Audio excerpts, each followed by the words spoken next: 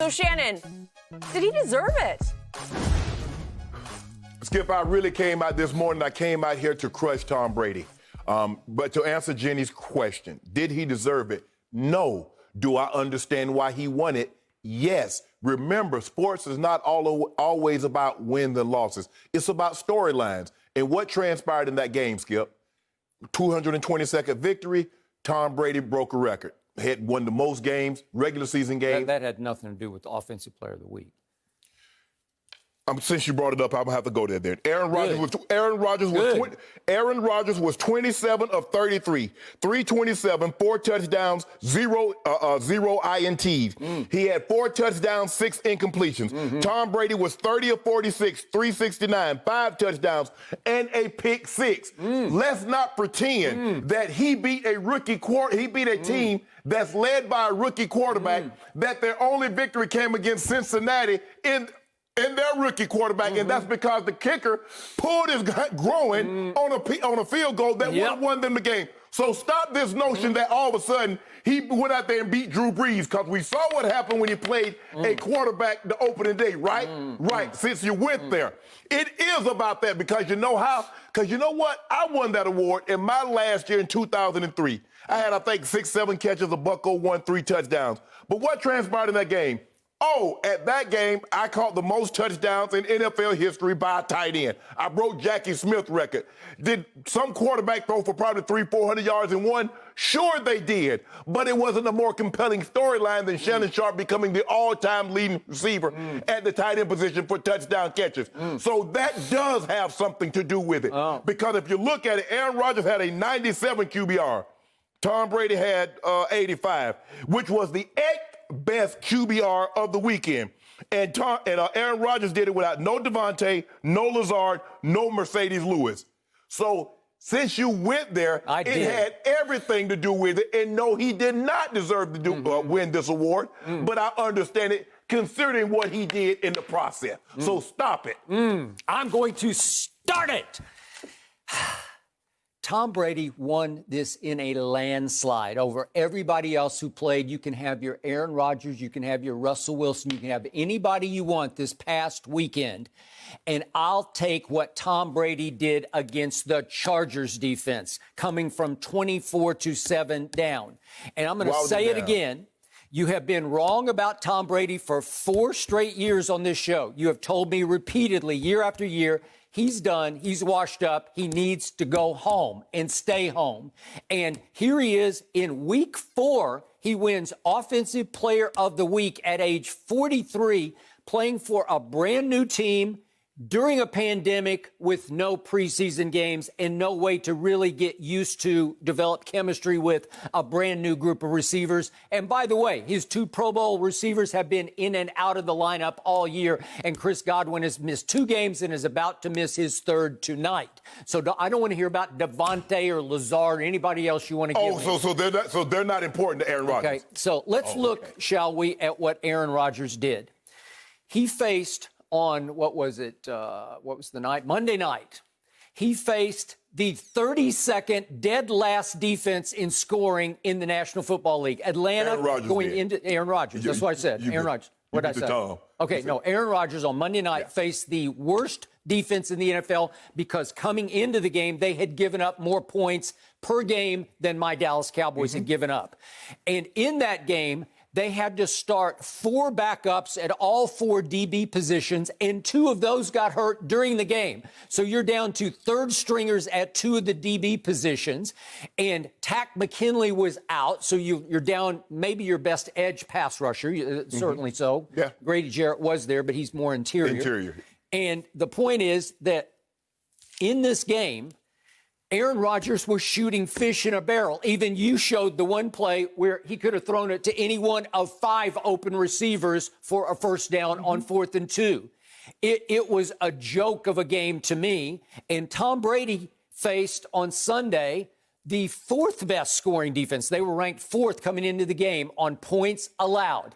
The same Chargers defense that had held Patrick Mahomes to 9 points through 3 quarters into the 4th quarter in a game that Mahomes barely pulled out at Chargers. If you guys barely won, You were down 24-7, I know, we were down 24-7, Okay. and he did what he always has done for 20 straight seasons.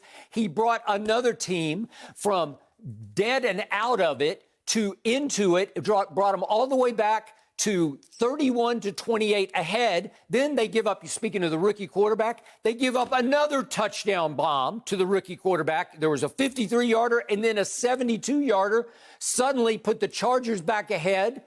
35-31, and he did it again. He brought him back again and hit my little man, Keyshawn Vaughn from Vanderbilt University, their third-round pick, for his 5th touchdown pass to bring him back a second time in the fourth quarter. Yet another fourth-quarter comeback for Tom Brady.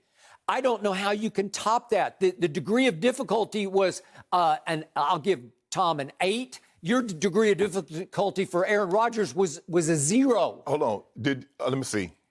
Was Derwin James one of the better safeties in football? Yep. Was he in the game? No. What about Melvin Ingram? Nope, he was not there. But so they were still playing at was Casey Hayward of Vanderbilt University there? Was he there? Hold on. Judged the best cornerback for several years in this league? Hold on. This is not the same Chargers team that lost to Carolina without Christian Black C-Mac. Not that Carolina. That ain't this Charger team. Okay. The one that almost beat the Kansas City Chiefs that you say are prohibitive They favorites. almost beat you. Well, You said Tampa Bay is prohibitive favorites. They came back. He threw 5 touchdown passes. How can you there's no way you can discount this one. He's got you dead to rights. Yeah. And You threw 13 more passes, but you had 39 more yards. I mean, you had 40 more yards. I mean, really, Skip? You had 40 more yards, really? And you threw 13 more passes. And you threw a pick 6 for the second time this season. He did.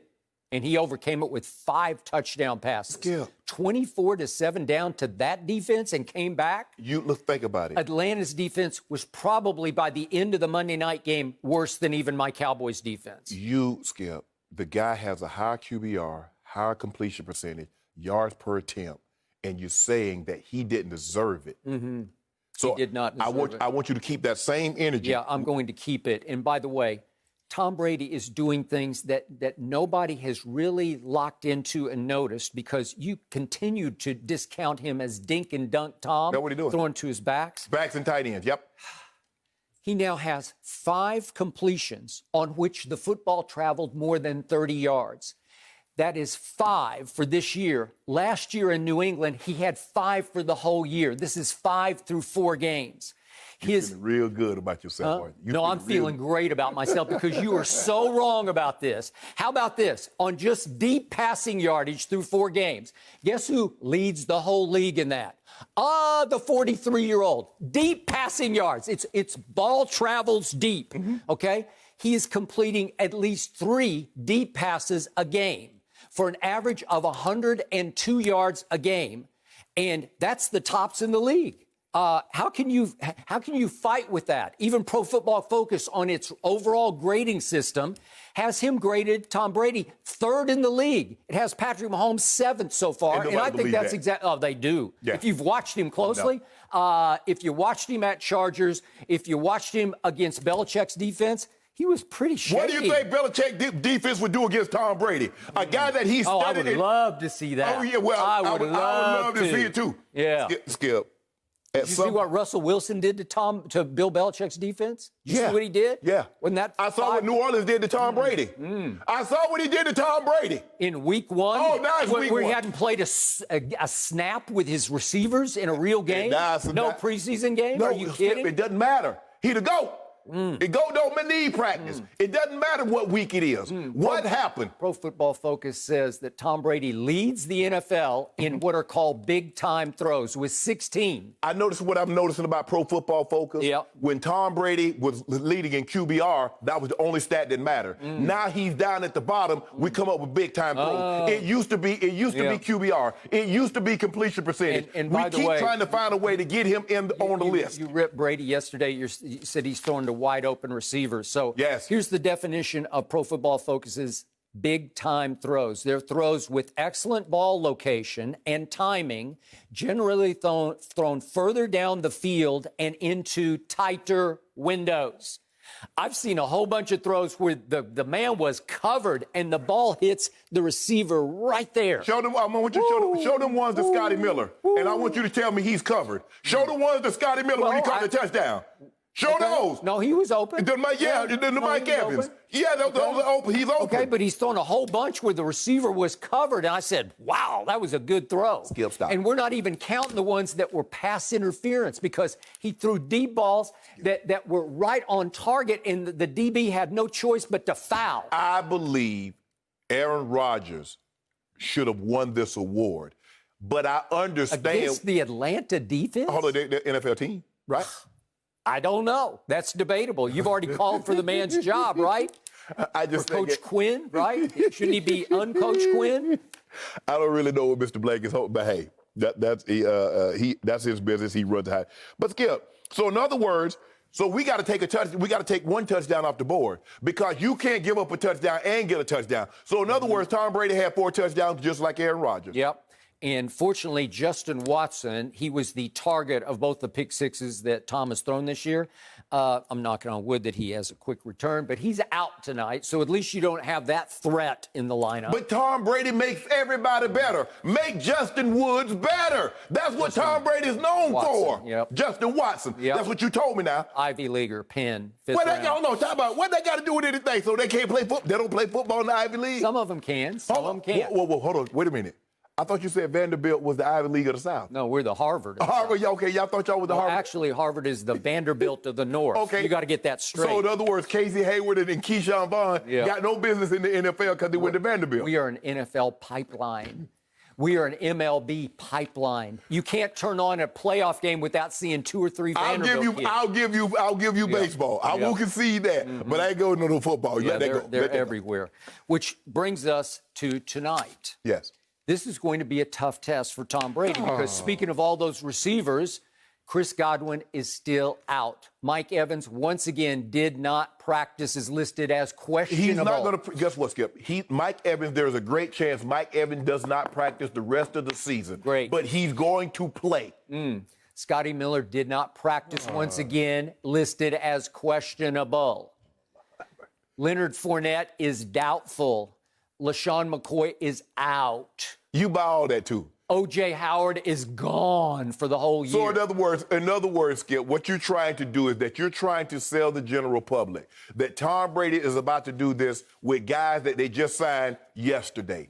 You and I both know Scotty Miller's going to play, Mike Evans is going to play, and everything will go according to plan. And he's going against Nick Foles. Nick Foles is a nomad. He seems to have only had success in Philly. You know that, I know that. So stop trying to build this up, Skip. Once upon a time, Nick Foles, in their only other meeting in pro football, it happened to be in a Super Bowl in which Nick Foles hung 41 points on Bill Belichick's defense. Skip.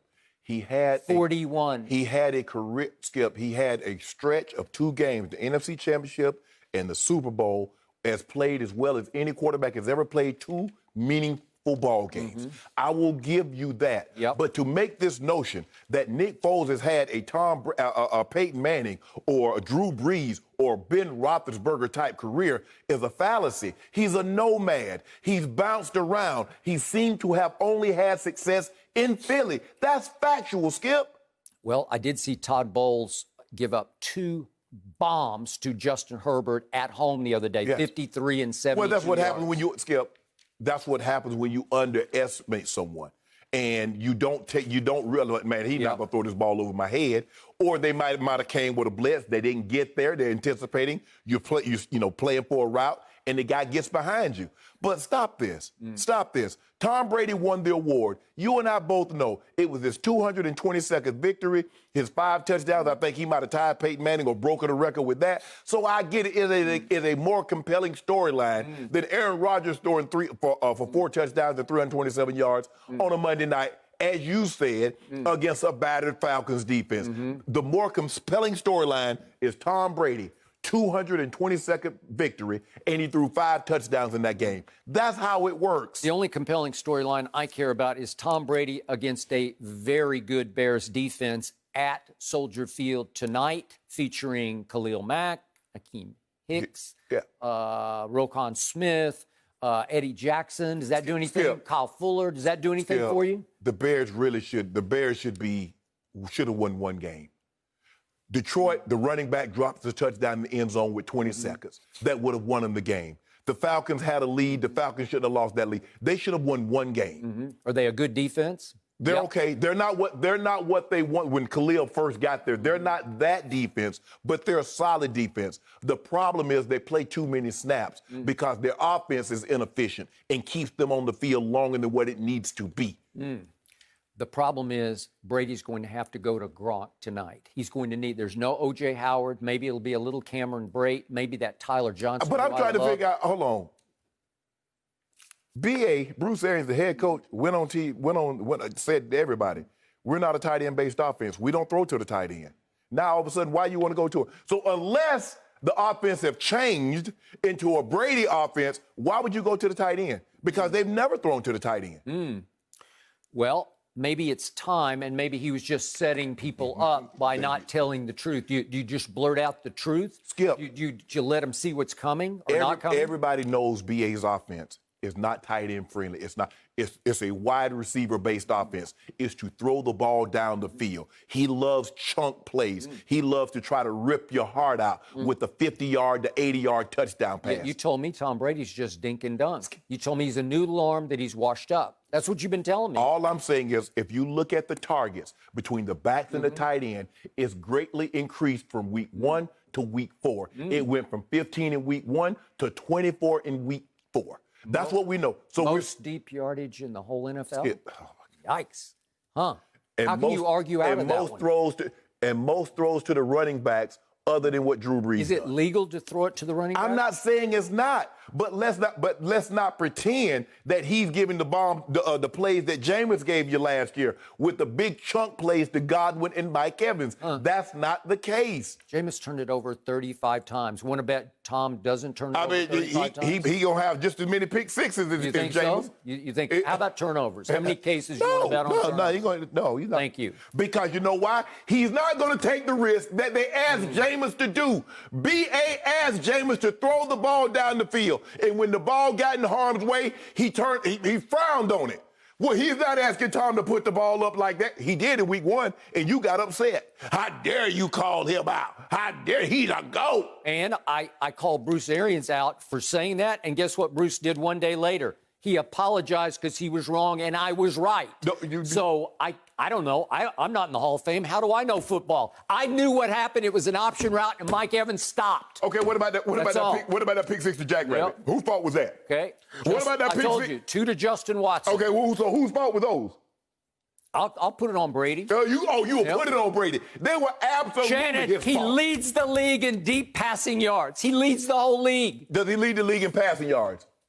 Does he lead the league in QBR? Does he lead the league in touchdown passes? Does he lead the league in completion percentage? Yards per attempt? How does a noodle arm lead the whole league in deep passing yards? Help me out. Hey, how does he have 5 30-plus yard air distance completions? For 4 years, you told me QBR was the gold standard in which we measure. Tom Brady. I didn't say it was the gold standard. I just said I liked it. Okay. Yeah. But now all of a sudden you don't like it. You never mentioned QBR because Tom Brady is not at there. No, I'm mentioning it because you say he's dink and dunk and that he's washed up and that he shouldn't be playing at 43 and he's the NFC Offensive Player of the Week. I did not say he should not be playing. I'm saying everybody says he's. I just want to know, why does he keep throwing these pick sixes on out routes if his arm is the same? He's never done this before. I showed you a throw yesterday from the near hash across all the way to the sideline. It was a deep curl. It wasn't a deep out. Well, Skip, if you're going to run play action and you're going to hold the backer, yes. Does he have enough arm strength to make that throw? It looked like every other throw Tom's made since 2001. Did he ever have a cannon? Did he have a cannon? No. But he's the GOAT. No, actually he's not. Actually he's not? No. Who is? Patrick Mahomes after one Super Bowl? We're not talking about what he's done and what he's accomplished. We're talking about right now. So are you saying he's the best quarterback in the NFL at this moment? I just think he's really good, and he is playing for an NFC contender. That's all I want to hear you say. Well, all I want to know is who's going to win tonight? Tampa Bay, 27-17. 20 by 10. 27-17. Wow. You know, the spread's plummeted all the way to only Bears. I don't care what the spread has done. Get 3.5. I don't put spread on my sandwich. I don't want no spread or bread spread. You trying to jinx him? No, I ain't trying to jinx. Skip in Chicago. That defense is still really good. Nick Foles came in against Atlanta, and they won that game. What happened the very next week when he started, and there were expectations? How did he look when he had expectations? How did he look in Jacksonville in the system? Because the guy that was at Jacksonville OC came from Philly. How did he look in Jacksonville? Gardner Minshew was the starter. And they moved on from Nick Foles after they gave him $50 million guaranteed. Nick Foles has one of the greatest playoff resumes ever. Skip, I'm not going to debate that. That NFC Championship game in the Super Bowl might be the best NFC Championship game, Super Bowl combined in NFL history. I won't deny that. But his body of work is very incomplete. Okay. I hope he's just a journeyman tonight. And I hope that Tom Brady can make it work without Chris Godwin and maybe without Mike Evans. I don't know if he's going to play or not. It might be a short week, so it might be, he would have extra if it wasn't Thursday, he would have Thursday, Friday, Saturday to get ready, but who knows? He'll be handicapped tonight. He ain't going to be handicapped. He will be handicapped. No, go don't make excuses. Go don't make excuses. That's what you make tell a lot of them for LeBron. No, don't do that, Skip. Don't you mention them in the same breath. I think this is low scoring. I think it's going to be close, and I think that Tampa Bay will win this game 23-20 because that's how the Bears play. And the last time one of my teams played on Thursday night at Soldier Field, it was last December the 5th. And my Cowboys fell behind 24-7 after 3 quarters, and you know the rest of the story. But you already know how your Cowboys. I told you this was going to happen to your Cowboys. Yep. Thank you for watching. You can subscribe here to get the latest from the show, and be sure to check out more of the best clips from Undisputed, or go watch a few other segments from our other shows on FS1.